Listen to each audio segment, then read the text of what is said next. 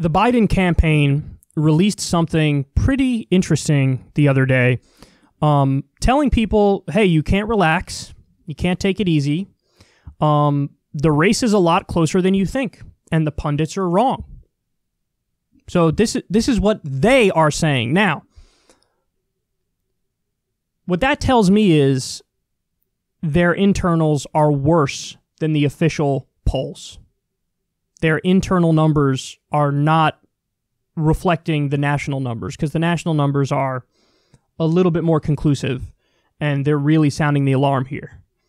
And another point they bring up is they say, hey, the polls in the swing states are too close for comfort, and that's why we can't relax. Like, our lead could effectively be a mirage, is what they were saying. Now, I saw this line from the Biden campaign. I almost said administration.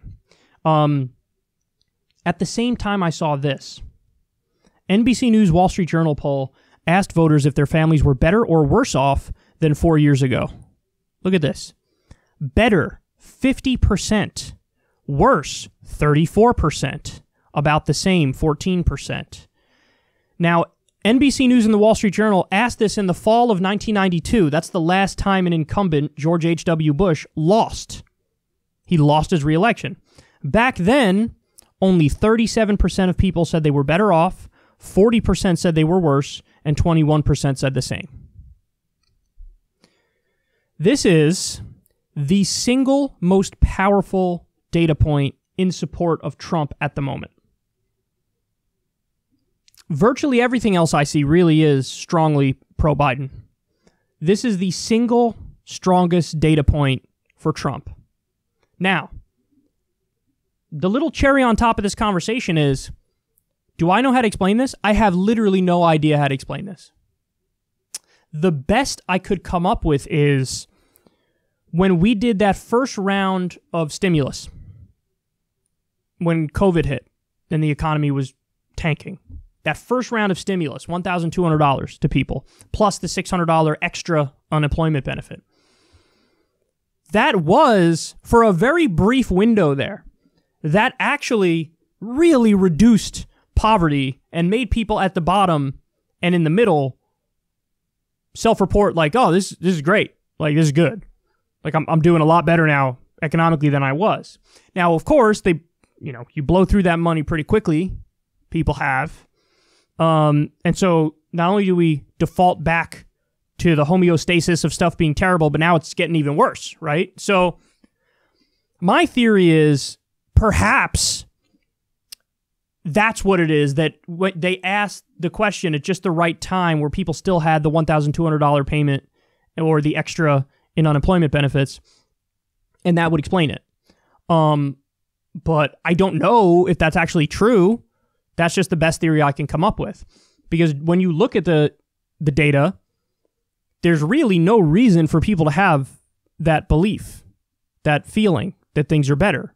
Because objectively, they're not better, they're a lot worse. 215,000 dead Americans and rising from COVID. So many people have actually had the illness. The unemployment rate is still really high and climbing. We just had almost 900,000 jobs lost last month. 8 million people just slipped into poverty.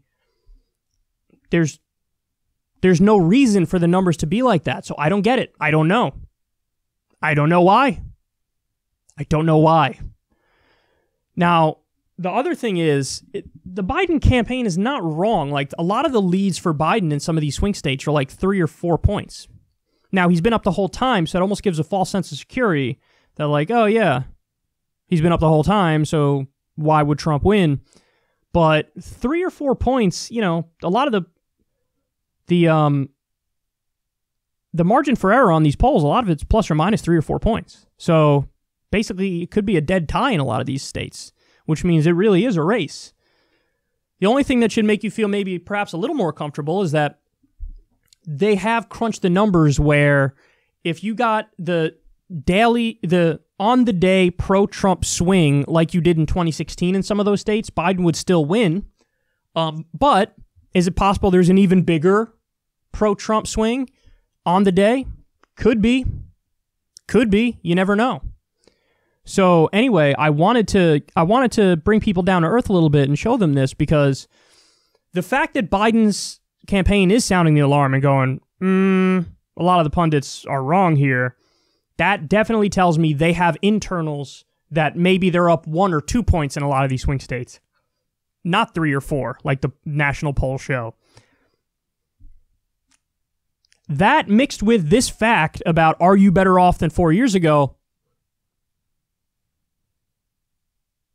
could it happen again? Of course it could happen again. Of course it could happen again. My take as of right now, I still don't think Trump has done enough. His campaign in 2016 was genuinely good. His campaign this time is abysmal. Still don't think he's done enough, but, I mean, listen, when the opponent is a zombie with his brain melting, would I be surprised if that guy loses? A little surprised, but you can't be too much surprised because he's a zombie with his brain melting and he's not standing for anything. He's standing for, I'm not that guy. So who knows? But I got to give you all the information. That's what we do here on Secular Talk. And I guess take that information and adjust your predictions accordingly.